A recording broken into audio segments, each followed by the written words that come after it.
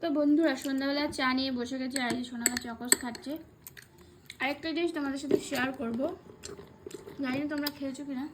এই দেখো, এই মিনি বিস্কুটটা খেতে মানে কি বলবো, ভীষণ টেস্ট। জানি না তোমরা খেয়েছো কিনা, আজকে আমি প্রথম ট্রাই করলাম। আমি খাই না যেহেতু এসব বিস্কুট, আমার এটা খাই এই বিস্কুটটা,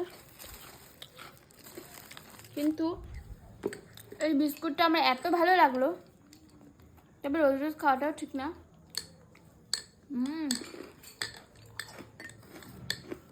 তো চা খাওয়া যাক।